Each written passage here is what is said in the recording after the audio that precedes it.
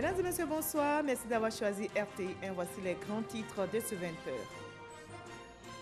La Côte d'Ivoire se mobilise face à la crise sanitaire provoquée par le Covid-19. Le ministère de la Santé et de l'Hygiène publique engagé dans la lutte vient de faire le point de la situation. Le bilan dévoilé ce samedi fait état de 27 nouveaux cas enregistrés et 25 malades guéris. Le nombre de personnes contaminées en Côte d'Ivoire est monté à 245.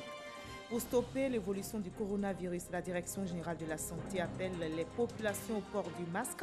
Une mesure pour aider à freiner les contagions. Professeur Mamadou Samba a fait 7 recommandations au cours du point presse du gouvernement tenu ce samedi. Le port du cache-nez au masque est désormais obligatoire à Abidjan. L'élan de solidarité en cette crise sanitaire se renforce. La première dame Dominique Ouattara fait des dons aux religieuses de plusieurs congrégations. Des vivres et des produits d'hygiène ont été remis par la ministre Anne-Désirée Ouloto aux religieuses à quelques jours de la fête de Pâques dans la commune de Cocody au nom de Madame Dominique Ouattara.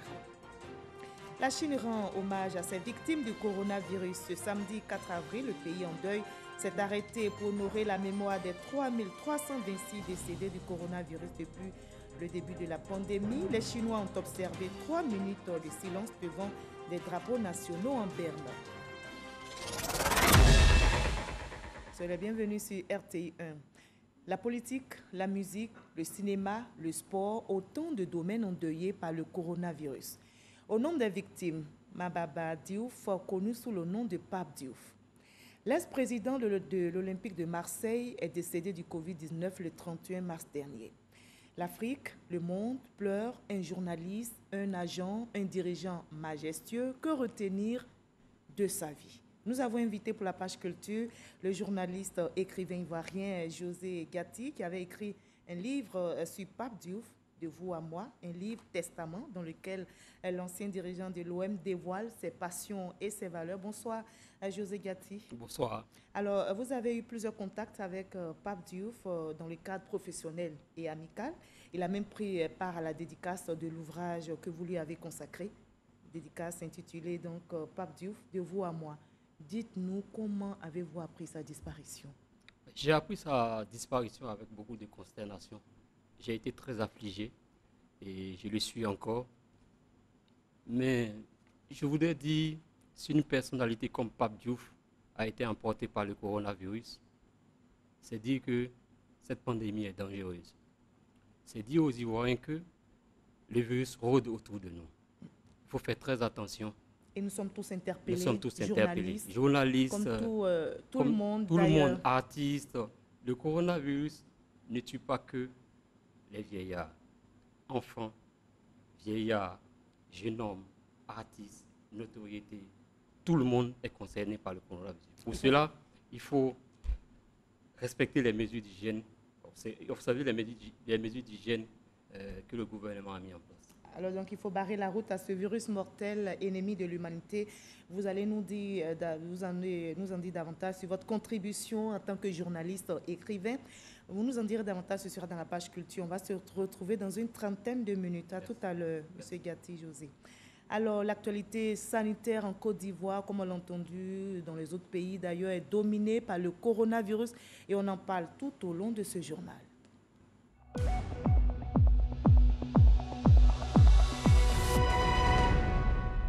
La Côte d'Ivoire, notre pays, se mobilise face à la crise sanitaire provoquée par le Covid-19. Le ministère de la Santé et de l'Hygiène publique, engagé dans la lutte, vient de faire le point de la situation. Le bilan dévoilé aujourd'hui samedi fait état de 27 nouveaux cas enregistrés et 25 malades guéris. Le nombre de personnes contaminées en Côte d'Ivoire est monté à 245. On écoute le directeur général de la Santé, professeur Mamadou Samba. Ce samedi 4 avril 2020, 27 nouveaux cas d'infection à Covid-19 ont été enregistrés sur 140 échantillons prélevés, portant ainsi à 245 le nombre total de cas confirmés et 6 guéris. À ce jour, la Côte d'Ivoire compte 245 cas confirmés, 25 personnes guéries et 1 décès. La répartition des 27 cas se fait comme suit. 25 cas à Abidjan, avec une majorité à Cocody et à Marcory. 2 nouveaux cas à l'intérieur du pays.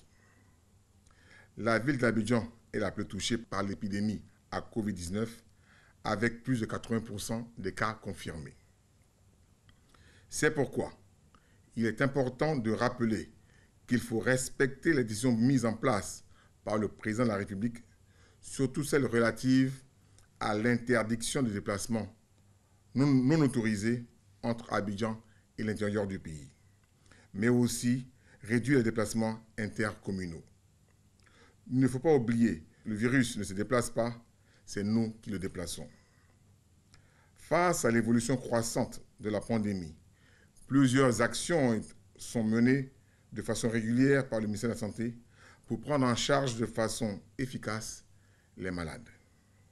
C'est pourquoi le ministère de la Santé et de l'Hygiène publique rappelle à la population l'importance du respect des mesures barrières.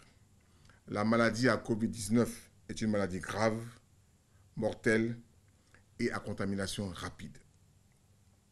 Par ailleurs, devant l'apparition de signes tels que la toux, la fièvre ou les difficultés respiratoires, vous êtes prié de contacter de toute urgence les numéros gratuits suivants: le 143, le 101, le 125 et le 119.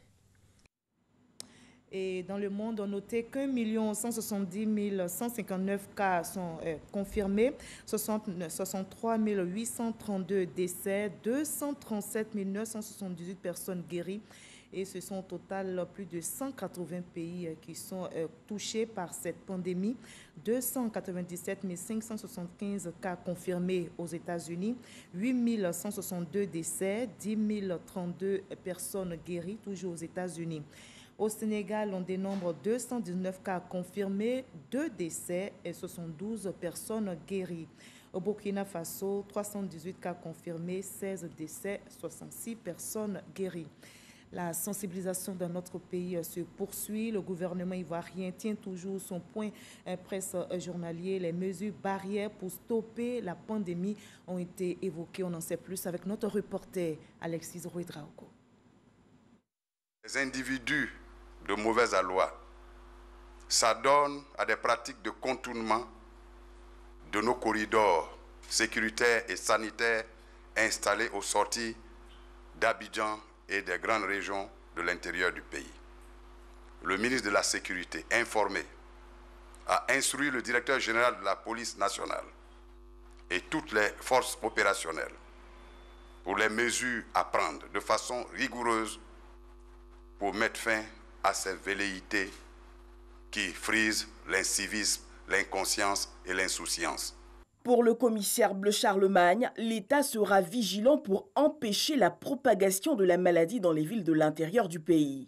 Il faudrait qu'on fasse des efforts pour que l'épidémie ne sorte pas de la ville d'Abidjan. D'où le respect vraiment très strict des mesures édictées qui est de ne pas sortir de la ville d'Abidjan. Nous avons noté avec beaucoup de plaisir le fait qu'on ait suspendu toutes les dérogations. Parce qu'à chaque fois qu'on a une dérogation, on a la possibilité de transmettre le virus vers l'intérieur du pays. Or, vous savez, ce virus est très dangereux, cette maladie est mortelle, elle est grave. Il faudrait qu'on fasse en sorte de ne pas dépasser le virus en restant chez nous.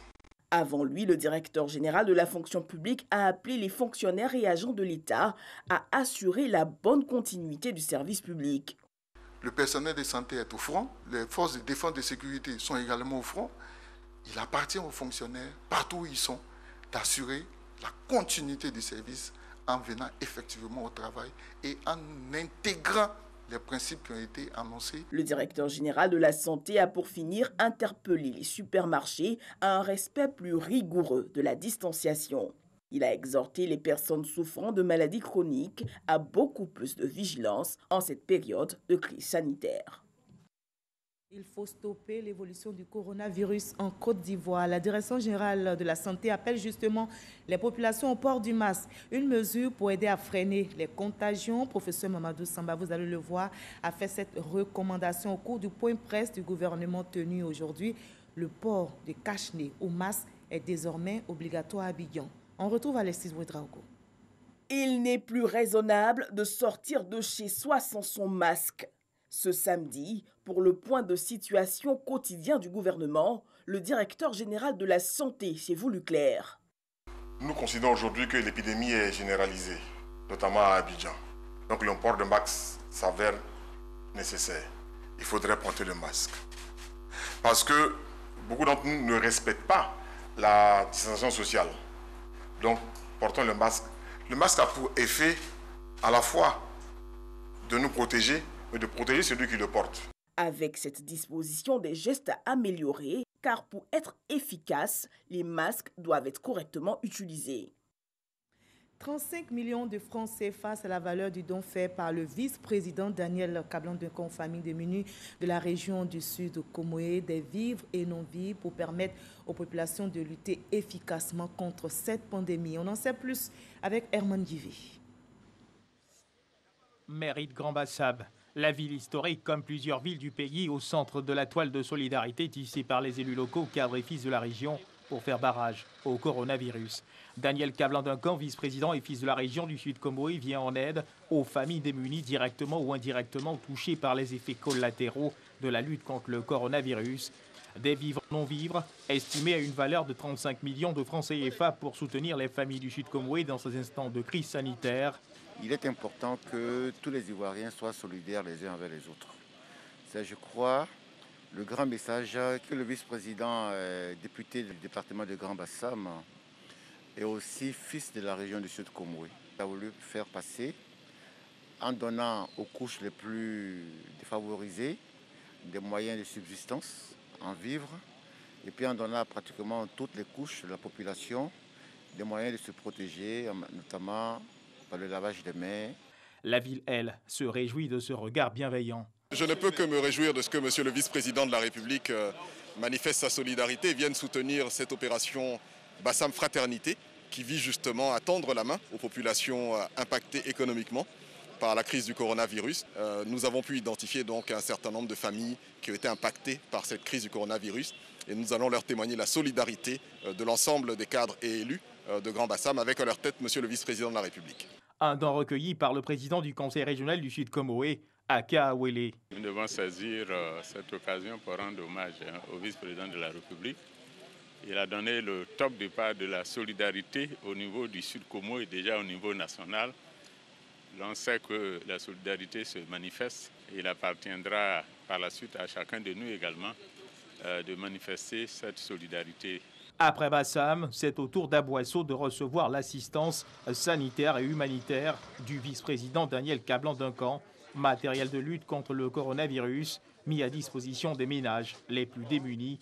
Les populations d'Aboisseau saluent elles aussi cet acte humanitaire posé par le vice-président. Au nom des populations, veuillez transmettre à monsieur le vice-président la gratitude des populations ici représentées, les élus, mais la chefferie. Et donc nous irons, n'est-ce pas, dans les hameaux pour faire entendre, n'est-ce pas, la voix du vice-président, pour dire que le vice-président est avec nous dans ces moments difficiles. En somme, Grand-Bassam, Aboisseau, Tiapoum et Adiaké, première circonscription du Sud-Comoé, a bénéficié de l'assistance sociale du vice-président Daniel Kablan-Duncan. Comme on le voit, l'élan de solidarité en cette crise sanitaire se renforce en Côte d'Ivoire. La première dame Dominique Ouattara fait des dons aux religieuses de plusieurs congrégations. Des vivres et des produits d'hygiène ont été remis par la ministre Anne-Désirée Ouloto aux religieuses à quelques jours de la fête de Pâques dans la commune de Cocody au nom de Mme Dominique Ouattara. Le reportage de Ouattara Madi Walter. Cette année, le carême chrétien se déroule dans une période qui malheureusement coïncide avec l'avènement dans le monde du Covid-19. Même si cette situation a un impact sur l'exécution normale des étapes de ce moment de piété et de dévotion à Dieu, cela n'empêche pas les chrétiens de pratiquer leur foi. Comme ici, au village de Sœur Notre-Dame de la Paix, situé au quartier Palmeraie dans la commune de Cocody. On prie pour que le Seigneur épargne ceux qui sont encore en bonne santé et sauve les malades, particulièrement ceux souffrant du Covid-19.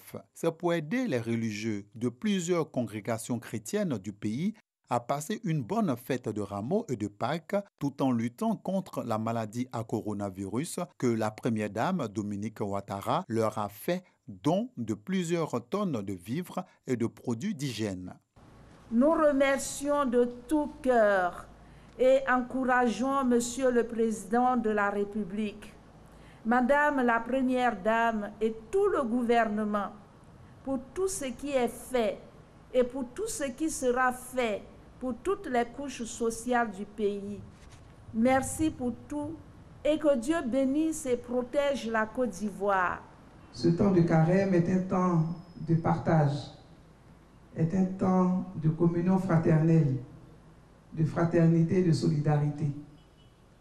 Et c'est dans ce cadre-là que Madame la Première Dame a prévu pour vous, en tant que fille de l'Église, faire acte de partage en vous apportant donc son petit appui. Au nom de la Première Dame de Côte d'Ivoire, la ministre Anne Désiré Ouloto a exhorté les bénéficiaires de ces dons à davantage continuer de respecter et de faire appliquer de façon stricte les mesures barrières afin de freiner la propagation de la maladie à coronavirus. Ouais, on est solidaires, on n'oublie pas de préserver notre santé en respectant les mesures d'hygiène. Et justement, la 38e édition de l'opération Grand Ménage, officiellement tenue à Angré, dans la commune de Cocody, a été marquée par une distribution de sacs poubelles. Une action pilotée par la ministre Anne Désiré Ouloto. L'accent, vous allez le voir, est mis sur la méthode de gestion et de conditionnement des déchets. On retrouve notre reporter Ouattara Madou Walter. Une édition du Grand Ménage assez spéciale. Cette 38e édition est impactée par la crise sanitaire liée à la maladie à coronavirus COVID-19. Réalité du terrain qui oblige le ministère de l'Assainissement et de la Salubrité à réadapter ses missions. Le Grand Ménage, c'est aussi lutter contre le Covid-19. Et nous sommes venus ce matin procéder à la remise officielle de sacs poubelles aux ONG qui ont pour mission de sensibiliser les ménages à l'utilisation de ces sacs poubelles-là. Ainsi, ce sont plus de 121 000 paquets de 100 sacs poubelles mis gratuitement à la disposition des ONG partenaires qui doivent les distribuer aux populations pour un meilleur conditionnement des déchets, surtout les déchets issus des objets utilisés pour se protéger contre le Covid-19, particulièrement les mouchoirs jetables, cache-nez, gants, pots de gel hydroalcoolique. Un nouveau type de déchets s'est invité dans les ménages et seront assimilés aux déchets ménagers, alors que ces déchets sont en principe de la catégorie des déchets médicaux. Nous sommes venus pour dire aux ménages qu'il faut immédiatement les mettre dans des sacs poubelles. L'action du gouvernement est saluée par les habitants de la cité groupement 4000C située à Angré-Château dans la commune de Cocody. La question de la maladie du Covid-19, c'est vraiment la question de l'hygiène. Donc, en améliorant notre hygiène, on fait tout pour éviter cette maladie dans nos maisons, dans nos cités. Rappelons que l'opération Grand Ménage se tient tous les premiers samedis du mois sous la houlette du ministère de l'Assainissement et de la Salubrité. Cette période de lutte contre la maladie à coronavirus, le ministre de la Ville, par ailleurs maire de la commune de Treichville, est aussi sur le terrain aux côtés de ses administrés. Il a fait un don de vivres et de non-vivres d'une valeur de 100 millions de francs CFA pour permettre aux populations de respecter les mesures de prévention. Mamadou Kwasi. Le conseil municipal de Treichville et le député de la commune Amitungara volent au secours de leurs administrés. À travers un don de vivres et de non-vivres, ces élus entendent aider la population de la commune de Treichville à faire face aux effets néfastes du coronavirus Covid-19. Occasion mise à profit par le maire François-Albert Amicia pour faire de la sensibilisation sur les mesures barrières prises par le gouvernement. Je voudrais, chère population de Treichville, vous exhorter à respecter ce qui a été dit par le gouvernement. La maladie peut frapper tout le monde. Et le président Alassane Ouattara l'a dit, nous sommes tous égaux devant la maladie, devant la mort. Personne ne peut y échapper s'il ne respecte pas les règles. C'est en respectant cela que nous éviterons que la maladie ne vienne ici. Ce don d'une valeur de 100 millions de francs CFA est composé de vivres et de matériel d'hygiène et de protection. Les populations traduisent leur gratitude aux donateurs et prient pour qu'une solution soit trouvée rapidement à cette maladie qui fait de nombreuses victimes dans le monde. La mairie de Treichville, quant à elle, va poursuivre cet élan de solidarité dans les jours à venir avec les dons du gouvernement. Le ministère de la Santé et de l'Hygiène publique a reçu ici à Abidjan des dons en nature d'une valeur de 60 millions de francs CFA de la part de 2 filiales ivoiriennes du groupe Sounou. L'entreprise d'assurance veut par ces dons soutenir le personnel de santé des hôpitaux et centres hospitaliers publics dans la lutte contre la propagation de la maladie à coronavirus dans notre pays. Jean-Marc Gagui. Le ministre de la Santé et de l'Hygiène publique, Eugène Aka Awele, reçoit symboliquement des gels hydroalcooliques, des combinaisons blouses à usage unique et des gants. Ces dons en nature d'une valeur de 60 millions de francs CFA sont au profit du personnel de santé des hôpitaux et centres hospitaliers publics. Le groupe Sounou s'engage à travers cette action à sensibiliser et à contribuer à la lutte contre la maladie à coronavirus. Je crois qu'aucune entreprise citoyenne ne devrait rester les bras croisés sans soutenir notre gouvernement dans les actions qu'elle entreprend tous les jours pour essayer d'endiguer un peu la propagation du mal. Le ministre Aka Awele se dit satisfait de cette initiative et rappelle les actions du gouvernement en faveur de la prévention et la lutte contre la propagation de la maladie à coronavirus. Le ministère de la Santé et de l'Hygiène publique reconnaissant. Je voudrais tout d'abord vous remercier.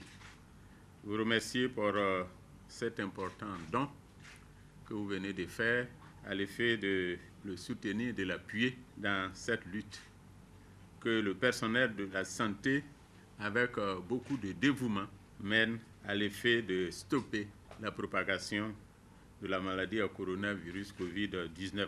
Les autorités ont démontré qu'en toutes circonstances, elles savent d'abord compter sur elles-mêmes. C'est ainsi qu'un budget de plan de riposte de plus de 95 milliards 880 millions de francs a été décidé. Cette entreprise d'assurance, solidaire des causes sociales, a reparti depuis le début de la pandémie à coronavirus 310 millions de francs CFA au ministère de la Santé de 15 pays africains. Voilà, je vous livre ce communiqué qui vient de nous parvenir. Il émane de la Direction générale de la SOTRA. Dans le cadre de la lutte contre la pandémie du Covid-19, le gouvernement a décidé le 16 mars 2020 de la fermeture des établissements scolaires, secondaires et universitaires.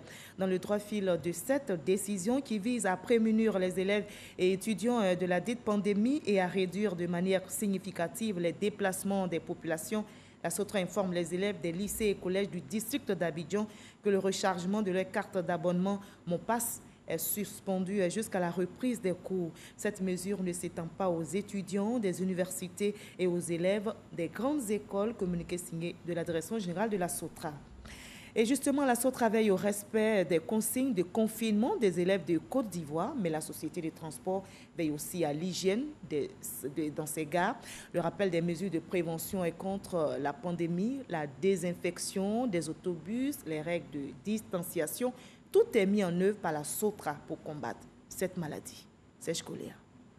Pour toi aussi, le Covid-19 doit être un sens interdit. Munis-toi d'un masque de protection, évite tout contact et toute conversation à l'intérieur des autobus et des bateaux-bus. Les messages de sensibilisation passent en boucle dans les différentes gares de la SOTRA.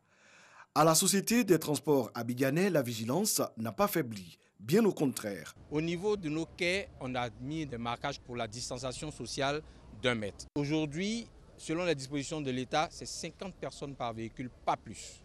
Et cela est respecté, tant au niveau des bateaux qu'au niveau des bus qui circulent. Après la désinfection des autobus, tôt le matin, le service se déroule dans un contexte de stricte application des mesures de prévention. Ils ont bien tracé 1 mètre à chaque client. Et puis tout à l'heure, j'ai vu chaque conducteur a un gel. Les mesures que prennent la SOTRA, je pense que c'est la meilleure. Il faut que maintenant, nous les usagers, nous respections les mesures. La SOTRA invite au port du cache-nez dans les autobus. Les conversations entre passagers sont à éviter. En cette période de couvre-feu, le service se déroule de 5h30 à 18h à la SOTRA. On part au CROU d'Abidjan. Le Centre régional des œuvres universitaires d'Abidjan s'implique dans le combat contre le coronavirus. Ce centre vient de recevoir un important lot de matériel de protection contre la maladie et des kits alimentaires pour continuer à sensibiliser les étudiants, comme nous l'explique Abou Sanogo. Le CROU, le Centre régional des œuvres universitaires, chargé d'assurer la gestion des résidences universitaires, des restaurants universitaires et des services qui s'y rattachent, reçoit des kits de protection contre le coronavirus Covid-19. Un geste de Célestin Kouala, directeur général du logement et du cadre de vie, composé d'huile, de sacs de riz, de boîtes de tomates, de savon et de pâtes alimentaires, qui apporte son soutien à l'administration du CROU et aux étudiants. Lorsque certains responsables ou responsables viennent vers les étudiants pour faire des dons comme ça symboliques, en tout cas ça soulage et que ça permet encore de continuer le combat de la sensibilisation. Je voudrais vraiment dire merci à M. Voilà et inviter les autres cadres de ce pays-là à ne pas oublier l'élément important de la Côte d'Ivoire de demain, c'est-à-dire la jeunesse universitaire. Après le CROU d'Abidjan, Célestin Kouala a mis le cap sur la locodrome de Cocody pour un autre geste de solidarité à l'endroit des commerçants de cet espace. Bien avant que le président ne donne son mot d'ordre, nous avons déjà mis des seaux dehors. Malgré que la locodrome est fermée, on a mis des seaux pour chaque passant. Voilà. Maintenant, le don, on est très contents. Le donateur n'a pas manqué d'inviter les commerçantes à respecter toutes les mesures arrêtées pour faire barrage au Covid-19. Les étudiants que nous avons rencontrés tout à l'heure, ça a été l'occasion pour nous de venir en aide à nos petits frères. C'est dans le même esprit que nous sommes venus à la locodrome ce matin. Nos mamans, nos sœurs qui sont à la locodrome, c'est leur seule activité, c'est leur seule source de revenus. Il est donc de notre devoir, en tant que cadre, de venir partager le peu que nous avons avec nos mamans. La locodrome de Cocody est fermée depuis le dimanche 22 mars dernier. La crise sanitaire du Covid-19 suscite donc un élan de solidarité de tous dans notre pays. Les journalistes de Côte d'Ivoire n'ont pas voulu rester en marge. À travers une plateforme en ligne, plus de 200 journalistes ont mobilisé la somme de 4 millions de francs CFA pour soutenir les médecins, premier maillon dans cette lutte contre le coronavirus. Le reportage est signé Clément Boko. Les journalistes de Côte d'Ivoire mobilisent des fonds pour soutenir l'action des médecins dans la lutte contre la maladie à coronavirus. Un élan de solidarité qui vient appuyer les efforts du gouvernement pour éradiquer dans le pays la pandémie du Covid-19. L'appel a été lancé à partir d'une plateforme en ligne où plus de 200 journalistes ont apporté leur contribution. Nous avons mobilisé 4 millions. C'est un premier geste que nous avons donné aux médecins parce que nous pensons qu'ils sont en contact direct avec les malades et à travers toucher tout le personnel de santé. Et nous ne comptons pas nous arrêter en si bon chemin. Nous avons en ligne mis les policiers, les gendarmes et éventuellement les militaires. Il était important pour les journalistes de Côte d'Ivoire d'apporter leur solidarité à un corps de métier qu'est le personnel soignant qui est en première ligne, qui est le plus exposé. Parce qu'il ne faut pas l'oublier, il y a beaucoup de médecins qui sont tombés, beaucoup d'infirmiers qui sont tombés et continuent de tomber chaque jour dans ce combat-là. Donc, suite à cet appel citoyen, il était important que nous venions soutenir l'ordre des médecins avec ce don. En première ligne, ce sont les médecins qu'on voit. En première ligne, ce sont les policiers et les forces de l'ordre qu'on voit sur le terrain. Et nous pensons au niveau de, en tant que journalistes, en tant qu'hommes des médias, de vraiment accompagner ces personnes qui sont avec nous en première ligne et surtout d'éradiquer cette maladie au niveau de l'Afrique. Les bénéficiaires n'ont pas manqué de traduire toute leur gratitude aux donateurs et réitérer leur engagement à combattre la maladie. Un don très important qui va servir à véhiculer les informations vis-à-vis des populations à l'intérieur du pays, mais aussi acquérir du matériel pour nos amis médecins qui sont au front, qui sont en contact avec les malades potentiels, afin qu'on n'assiste pas à une hécatombe au niveau du corps médical. La plateforme des journalistes de Côte d'Ivoire, en plus de la sensibilisation sur les mesures barrières prises par le gouvernement pour éviter la propagation de la maladie, entend poursuivre cette action avec de nombreux autres dons. Voilà, les journalistes, les élus locaux, toutes les couches sociales, comme on le voit, sont impliquées dans cette lutte contre le coronavirus. À l'intérieur du pays, à Sassandra, le président du conseil régional, Philippe Légré, et le député Basile Frébeau invitent les populations à adopter les mesures barrières afin de dire stop au coronavirus. Ils ont fait un important don au corps médical et à la population. Sam Kona. Des seaux pour lavage de mains, des pots de gel hydroalcoolique, des cache-nez, des thermomètres à infrarouge remis au préfet de la région du Boclé. Cela dans le cadre de la lutte contre la propagation du Covid-19. Le ministre Légré, avec le conseil régional, nous avons décidé d'appuyer le préfet pour l'aider dans cette tâche. Et avec ce que nous voyons, nous sommes très satisfaits de l'utilisation qui est faite. Et nous sommes heureux de savoir que notre population est disciplinée en respectant tout ce que le gouvernement a dit. Le préfet Ouattara Lamine a voulu se faire une idée du respect des mesures prises par le Conseil national de sécurité. D'abord, le couvre-feu. Je suis très heureux d'avoir observé sur le terrain que, effectivement, le couvre-feu est respecté. Ensuite, les mesures barrières. Ici, à l'hôpital général comme au marché, c'est le même constat. Le marché est un symbole. C'est le point névralgique de la vie de la ville de Sassandra. Et nous sommes heureux, en repartant, de constater que les mesures, et notamment le lavage des mains, est respecté. Si on quitte à la maison, si on vient, on va laver la main. Et si on quitte, si on finit de faire le marché pour aller aussi, on va laver la main. Parce que les microbes, on ne sait pas où ça quitte. Des comités d'éveil mis en place par le député Basile Frébeau vont sillonner les différents quartiers de la ville de Sassandra pour la sensibilisation. Et le port autonome d'Abidjan est aussi impliqué dans la lutte contre cette pandémie. C'est vrai, les activités sont au ralenti, mais malgré ces difficultés, la direction générale du port a décidé de fonctionner à minima de sorte à accompagner l'économie ivoirienne. On en sait plus avec Noël Niagno. Le port autonome d'Abidjan, le poumon de l'économie ivoirienne. Ce sont 16% des échanges extérieurs de la Côte d'Ivoire. Ce sont 13% des recettes d'exportation. Veiller à la bonne exécution des mesures barrières de sorte à éviter que le poumon soit infesté par le virus. Voilà la préoccupation majeure du commandant de bord, Yensié. Depuis le 25 février, donc, tout navire qui doit rentrer au port d'Abidjan, il reste en mer. On dépêche une équipe de l'INHP au préalable qui va faire tester tous les membres de l'équipage. Et si l'équipe de l'INHP estime que le navire est sain, que l'équipage est sain, en ce moment-là, les pilotes du port sont habilités à monter et prendre le navire en charge. Garder le cap des mesures barrières, les partager avec les différents acteurs de la communauté portuaire est l'autre exigence face à cette pandémie. Aujourd'hui, dans le cadre d'un cadre particulier où l'activité est un peu remodelée, il est question que chacun puisse avoir un minimum de présence pour qu'il y ait une continuité d'activité portuaire. Toutes choses qui vont permettre de s'adapter aux recommandations des pouvoirs publics afin d'oxygéner l'économie en fonction de son état sanitaire. Si demain, ça devait être un confinement avec la volonté de l'État de Côte d'Ivoire de voir le port continuer ses activités, on est préparé pour. Port de référence de l'Afrique au sud du Sahara, le port autonome d'Abidjan a bénéficié sur ces 3 dernières années des investissements de plus de 1000 milliards de francs CFA pour le rendre davantage compétitif.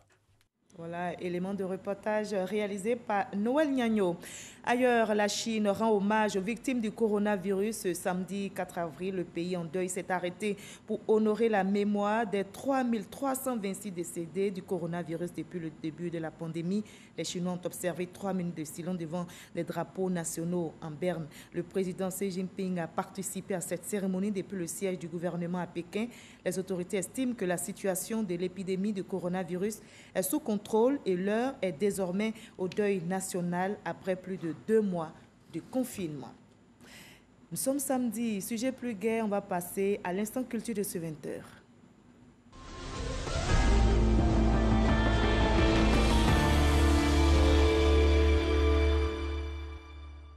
Situation difficile, mais on parlera toujours culture. La culture fait sourire, n'est-ce pas? Évidemment. La culture fait sourire. Ça enrichit, ça fait culture. Ça fait sourire, effectivement. Ça fait sourire. On va chercher faire de, je vais dire, faire des efforts pour sourire parce qu'on va parler de deuil. Il s'agit justement de Pape Diouf qui nous a quittés. C'est un homme que vous avez côtoyé, dans plusieurs domaines. C'était votre ami, c'était votre frère, c'était un père spirituel pour vous. Oui, beaucoup plus un père spirituel, mais surtout un guide. Parce que côtoyer, c'est un peu trop dit. Quand vous me dites que j'ai côtoyé Pape Diouf, c'est un peu lui manquer de respect, là où il est. Parce que c'est un grand monsieur, c'est un grand homme avec beaucoup de valeurs, qui m'a transmis beaucoup de choses. Et l'une de ces valeurs, c'est le livre que vous tenez en main. Justement, un livre sur Pape Diouf, sous forme de questions-réponses. Pourquoi? Sous forme de questions-réponses, parce que je suis d'abord journaliste. Et j'ai 25 ans de métier à peu près. Et pour moi, c'est la façon la plus simple de lire pour les gens. Voilà. Je pouvais le faire sous forme de récits séquencés avec des chapitres, mais quand on le lit, j'ai remarqué aussi que les gens ne lisaient pas beaucoup. Par contre, ils étaient beaucoup plus attachés au questionnaire, qui était un peu plus vivant et puis entraînant. N'est-ce pas votre métier de journaliste qui vous a guidé dans le choix de ce style? Oui, c'est vrai. Peut-être que c'est un exercice que j'apprécie beaucoup, mais il est plus facile à lire. Merci beaucoup. Alors, Pape Diouf, de vous à moi, votre ouvrage a été dédicacé en décembre dernier et Pape Diouf a fait le déplacement pour assister à cette cérémonie de dédicace. On va revivre encore cet instant avec notre reporter Abou Sanogo et on en rediscute après. Pape Diouf, de vous à moi. C'est un livre qu'offre aux lecteurs et au monde sportif le journaliste José Diati sur le vécu de l'ancien président du club français de football, l'Olympique de Marseille. L'un des plus grands clubs de foot français qui a marqué le monde du sport. Premier noir à avoir dirigé un club européen, cultivé et volontaire. Son parcours très riche lui offre une vision précise et éclairée dans de nombreux domaines. Organisation de la FIFA et du monde du foot, subtilité de la gestion des grands clubs, la politique, la culture, le terrorisme et le racisme. De cette interview détaillée, guidée par des questions pertinentes du journaliste sportif José Diati, se dessine un portrait original de Pape Diouf qui se dévoile en toute simplicité. Je l'ai encouragé, j'ai répondu autant que faire se peut aux questions qu'il m'a posées, avec beaucoup de sincérité. C'est vrai que c'est un livre qui reflète assez bien la pensée qui est la mienne. L'œuvre de 95 pages a été dédicacée en présence des acteurs du monde du sport, qui ont salué l'auteur qui met en valeur celui qui s'est illustré de fort belle manière dans le milieu du ballon rond de l'Hexagone. Pour faire ce qu'il a fait, ce n'est pas le fruit du hasard, parce que pour être reconnu, surtout en Europe, dans ce milieu-là, il faudrait que ça soit quelqu'un de qualité. José Diati est un journaliste sportif ivoirien qui exerce le métier depuis 25 ans. Voilà, dites-nous, quand vous revoyez cette image, qu'est-ce que cela suscite en vous? C'est difficile? Très difficile parce que c'est le dernier souvenir effectivement que je garde de Pape Diouf. Mais j'aimerais préciser que cette dédicace s'est faite un peu de la douleur. Parce qu'avec un jeune promoteur ivoirien du nom de Lavry, Pierre-Emile, nous sommes battus pour faire cette dédicace.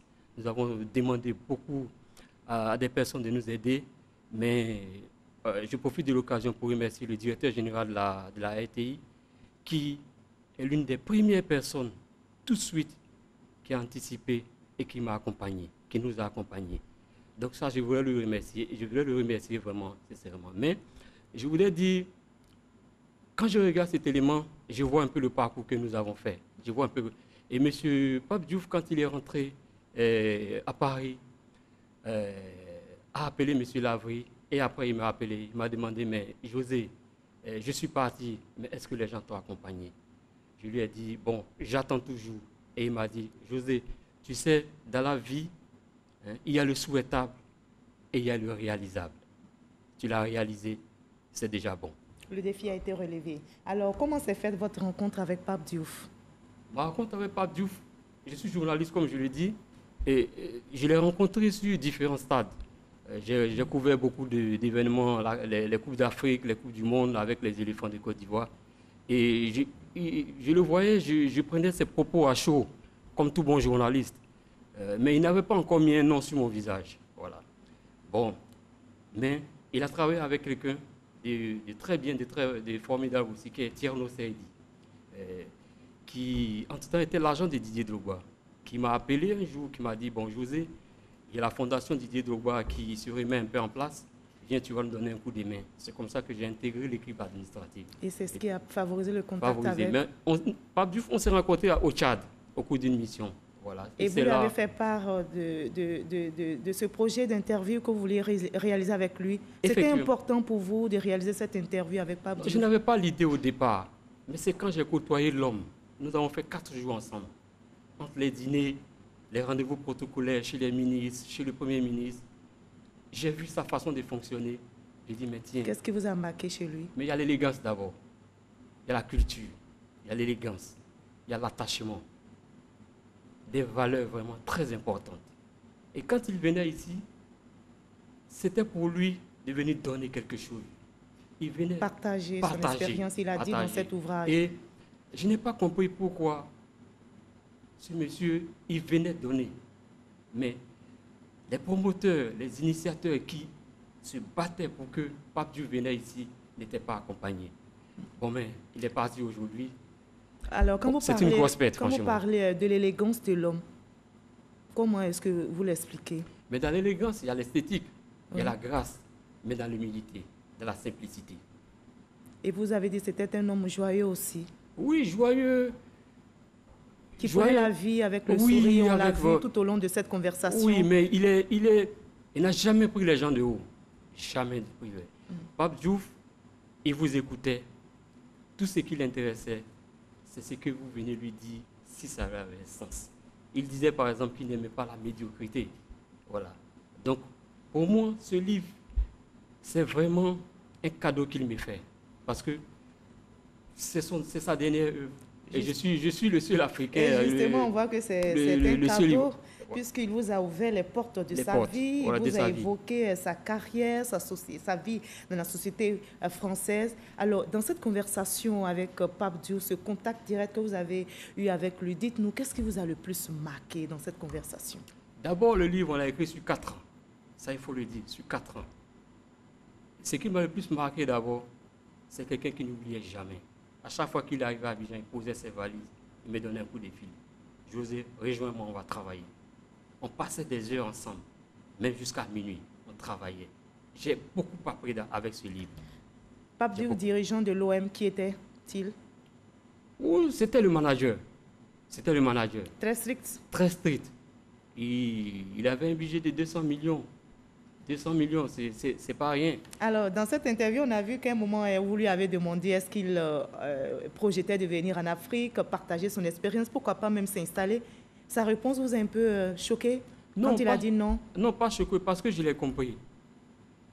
Il n'a pas voulu venir en Afrique s'installer. Il avait des propositions. Mais il se trouve que sa façon de fonctionner ne pouvait pas convenir au système dans lequel certains États fonctionnent. Voilà. Il a dit, ce n'est pas un homme de lobbying. Quelle était sa façon de fonctionner? Voilà, ce n'est pas un homme de lobbying. C'est quelqu'un qui a un franc-parler. Il dit ce qu'il pense. Or, quand vous n'êtes pas un homme de lobbying, à certains moments, il faut savoir tenir sa langue. Or, ce n'était pas son style.